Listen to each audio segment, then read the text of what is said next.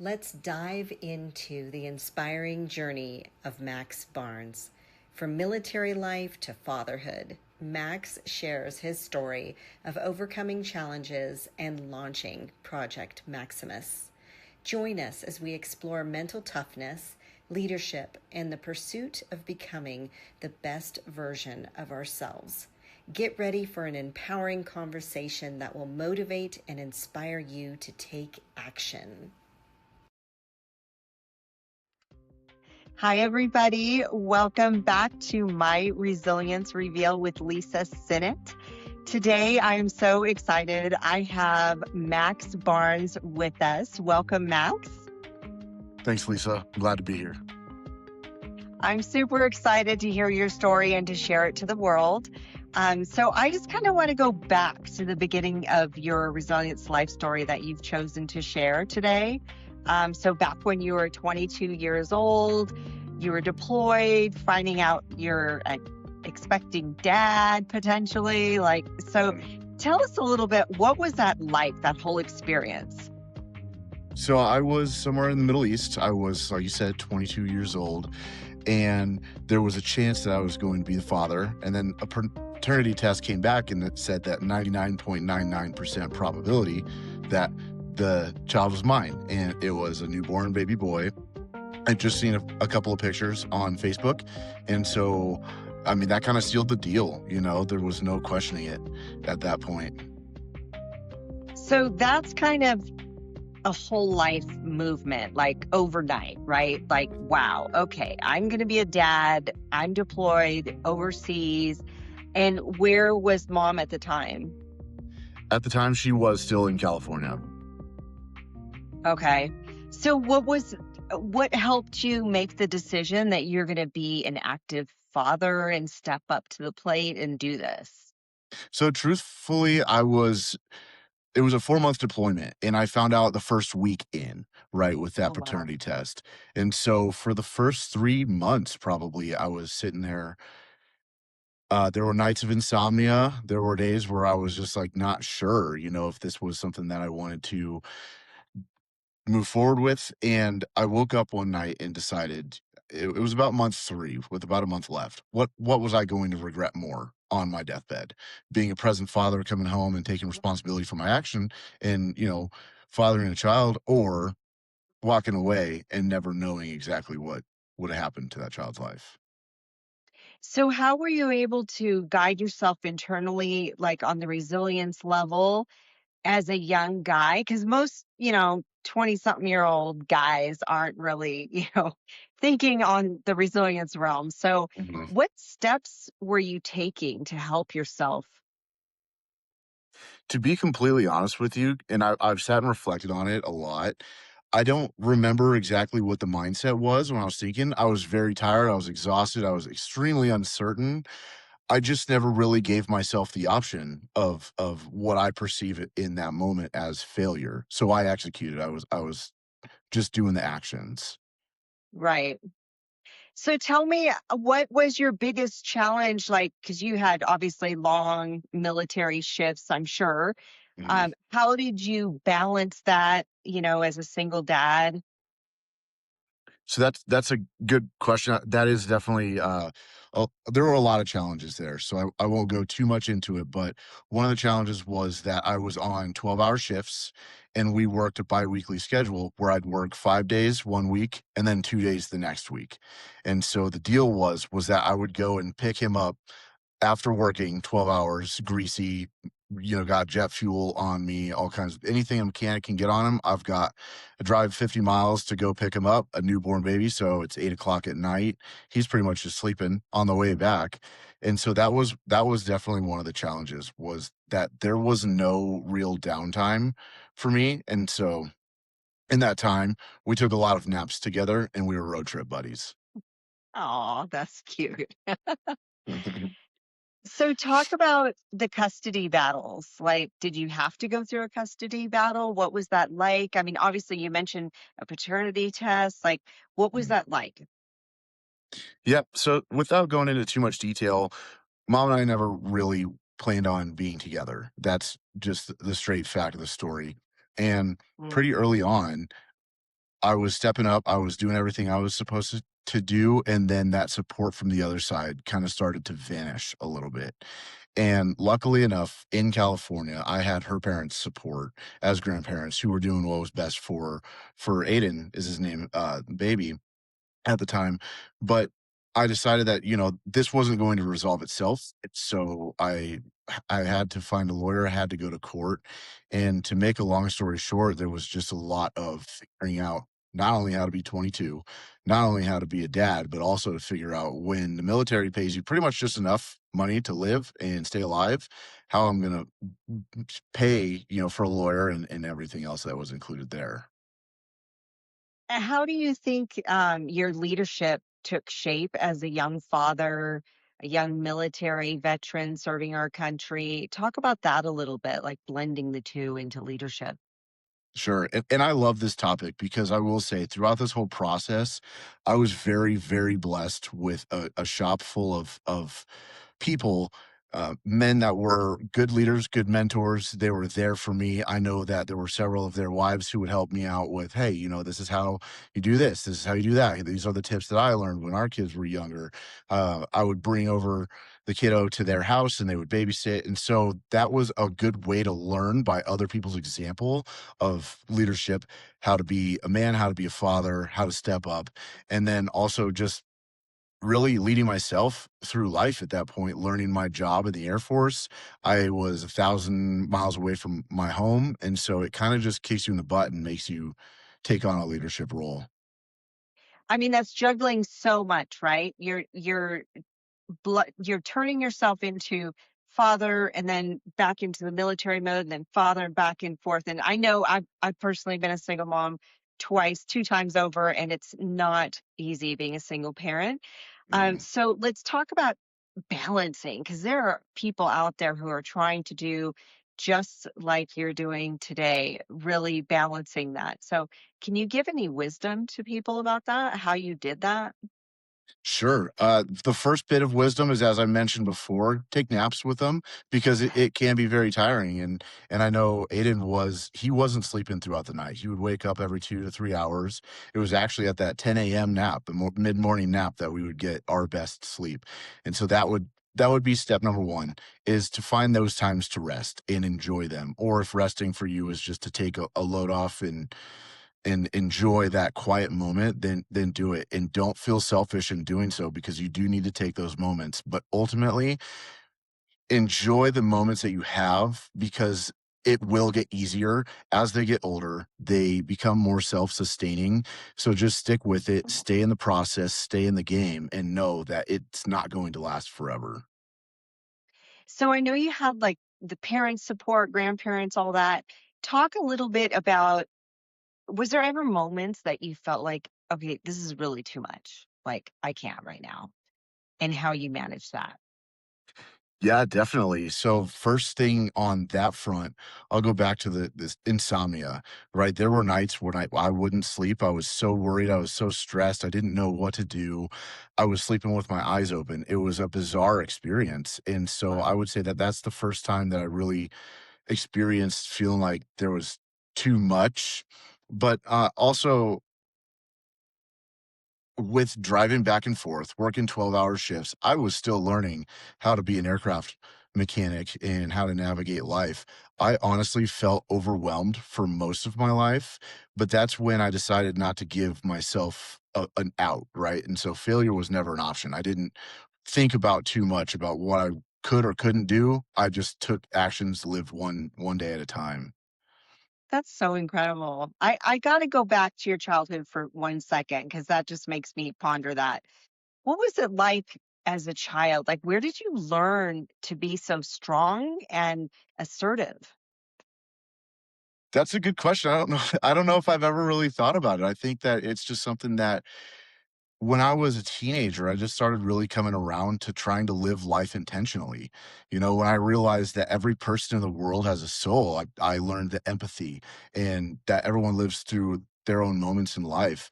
And then I just think that a lot of that introspect really led to when the time to experience that execution came, I was ready for it. And even though I couldn't articulate it back then, I just feel like I was prepared. It's so great. I mean, because most people, again, in their 20s, 30s, they're not as strong and naturally, into doing the steps that you took to do and step up as a dad, as serving our country, all the things. So thank you for that. I'm sure your son is thankful too. Um, so now let's talk about transitioning because it's really hard. I know. Mhm. Transition from the military to civilian life. So tell us a little bit, what was the most challenging part for your, well, let's go to your identity first. Sure. I think for me, I had 2 years left in the Air Force, and I knew that I was getting out, and so by the time I got out, I was pretty ready to no longer necessarily be in that military lifestyle, but to be a civilian. There were still a lot of things to learn. I would say that the hardest part of my transition was definitely being in the military. It takes a lot of effort to actually get kicked out or removed, and so there's a lot of security that is surrounded around that. When we moved here to Colorado, I was doing the same job as an aircraft technician, but I was a contractor, which means that I could have been fired for anything at any time. It didn't matter if, if maybe I did something wrong or if maybe they just needed to let go of a couple people. And so that piece of it right there, I felt like I really needed to prove myself to dig my heels in to get as secure as possible. Mm, very good. And what about, I know the military, one big blessing that they offer is getting your degree, all the education. That's a big, carrot that they dangle. Did you get degrees? Or tell us a little bit about your background with that. And Sure. So in 2017, at the beginning of 2018, end of 2017, I started an undergrad program at Grand Canyon University doing online courses for finance and economics, would have been my bachelor's degree. I started that. I was doing 2 classes at a time, knowing that my plan was to get out of the Air Force and then to help myself transition into a civilian life, and then knowing that typically speaking on the outside, you have to have a degree to get into a management or a leadership role. So I knew that that was the path I wanted to take. And so I was taking Air Force gives you tuition assistance of $4,500 a month. And then I was also getting the Pell Grant as a single father making military income. I was using all of that money to take multiple courses at a time. At one point, I was taking 3 classes at a time just so I could set myself up to graduate as early as possible. And so in 2021, I finished my undergrad and then moved straight into the graduate program. And I graduated with my master's degree, master's in business administration in May of 2023.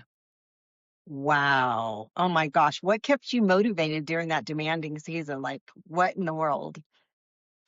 That that's something I've reflected on too, right? It was another thing of just honestly being a mid-20s guy who was living through life, navigating it. I didn't have a whole lot of time to sit and reflect, but the mission changed a little bit, right? At first, it was to make sure that my family was safe, secure, set, and we weren't going anywhere. The second I figured out was that once you have a degree, once you, especially if you can go up to the graduate program in a corporate world, almost no more doors up to that point will be closed due to education. And so I wanted to hedge myself in that front. And then lastly, I just realized that in pursuing all of that, the education and everything, that was helping me become the best version of myself. So that became the ultimate goal. Now let's talk about your health. So there is a turning point, I know, because you're on my other podcast. So, you were labeled the pre-diabetic, which can be scary. I mean, you hear diabetes, people dying from diabetes. It's, a big thing. So that could be a huge wake-up call. How did that hit you by receiving this news, like in the moment? Talk about that. So I was at the doctor and I saw on the scale 230 pounds. They do the annual weigh-ins, and that was the most I'd ever weighed. I always thought I was around 200. That's about where I stayed for most of my life. And then read on the paper that it said pre-diabetic. And I will say this, I was shocked, but I wasn't surprised. It all kind of came and hit me like a freight train. realistically, that was my body's way of saying, you've been living this way for this long. What did you expect? Yeah. Wow. So were you did you did they give you like all this instructions and say go home and now do it, or like what did you know to make small changes, or what was your knowledge base at that point? Like what did you do? What was the steps to start rebuilding, turning the corner so you don't have to like live a full diabetic lifestyle? So they didn't really give me any changes or anything. They just said you need to change your diet, you need to lose some weight, you need to do this. Now I will go back to I started lifting weights in the fitness world when I was 14 years old.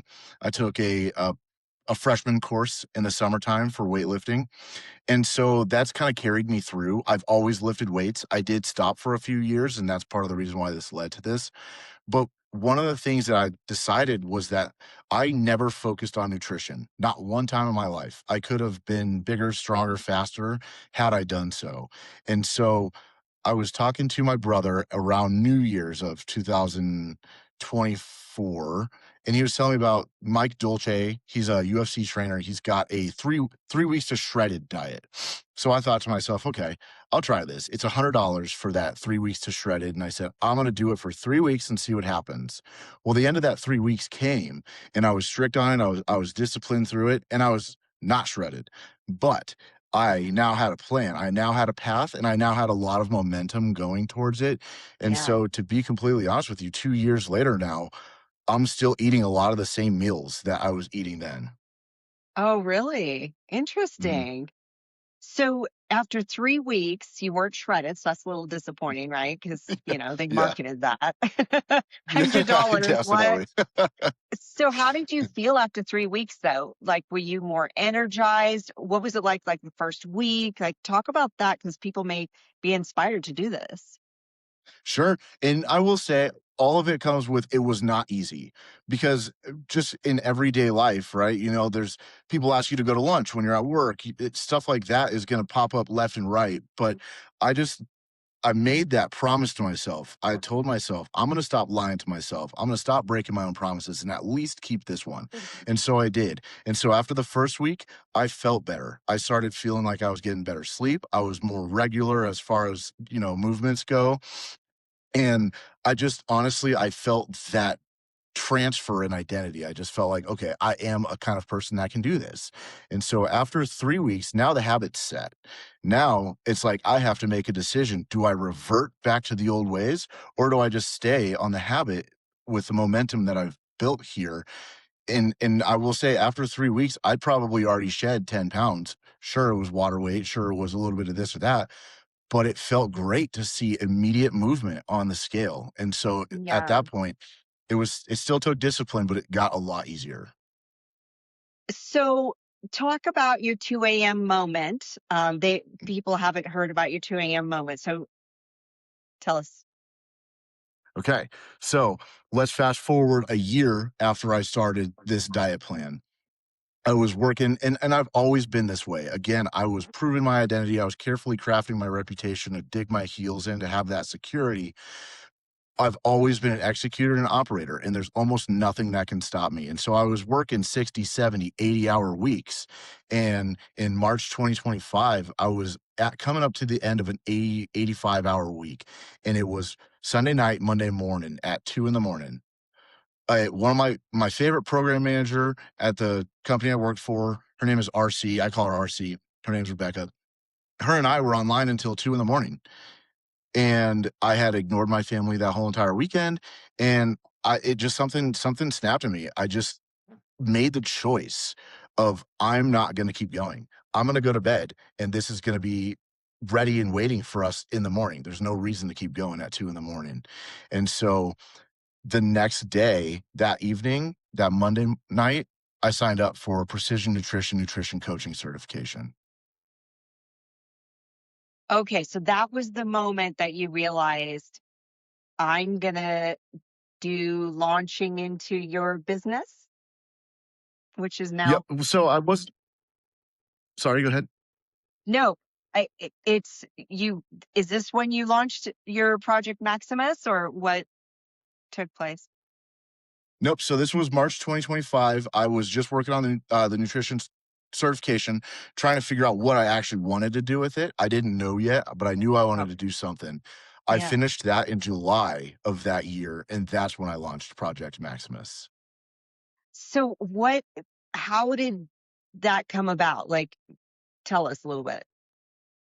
Okay, it was funny because people started calling me Maximus.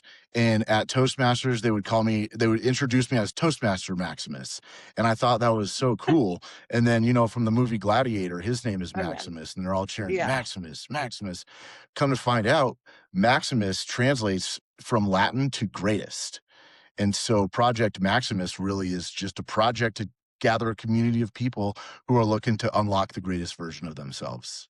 Oh my gosh, I love that. Okay. So tell us, because you live by the phrase, ain't nothing to it but to do it, the whole thing. So for someone listening right now, if they're feeling overwhelmed like you did, right, by responsibility or stuck in their life, whether it's weight or parenting or whatever, what is one simple action that they can take to start changing in the right direction? So ain't nothing to it really, just ain't nothing to it but to do it really just separates thinking from doing, right? So I took on just don't think about it so much, just do something. It can be something small, it can be something drastic, but it doesn't have to be drastic. If you take the next simple movement, whatever it is, if you need to drink more water, add another, add another bottle of water to your day. If you know that you should go take a walk and get some exercise, just go outside, walk around the block. It doesn't have to be 2 miles, it doesn't have to be 10 miles. It can be 100 steps. No matter what it is, just remember that motivation comes from action. Action does not come from motivation. That's so great. And then in closing, I would love for you to tell everyone what are your offerings over there at Project Maximus with you? So currently at Project Maximus, there are still a few more slots left working with busy professionals who are looking to lose 10% or more of their body weight in 12 weeks using pages from the Project Maximus playbook, because I'm going to show you what I did and we're going to build you your playbook. That's awesome. Well, thank you so much. This is so great. Is there anything else that you would like to share? Any upcoming things or your website, anything? Now's your moment. I encourage anybody and everybody to just take that next action. And if you need a little bit of encouragement, if you need a little bit of accountability, I have a school community, and you can find that under Project Maximus. You can also find me on Instagram under Coach Max Barnes with no spaces. And there's a link tree there that will take you to my website, that will take you to my school community, and the ability, if you want to, take a free 15-minute nutrition assessment with me. Awesome, Max. Thank you so much for sharing your resilient life story.